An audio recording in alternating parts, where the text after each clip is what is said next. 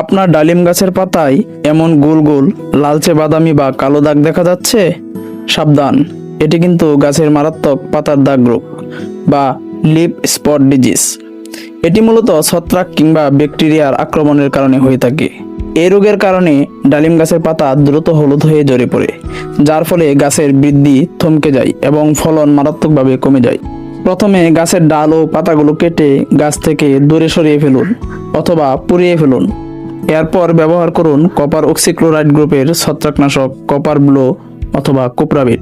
Copper oxychloride একই সাথে ছত্রাক ও ব্যাকটেরিয়া দুটোর বিরুদ্ধেই এক ঢিলে দুই পাখি মারার মতো কাজ করে।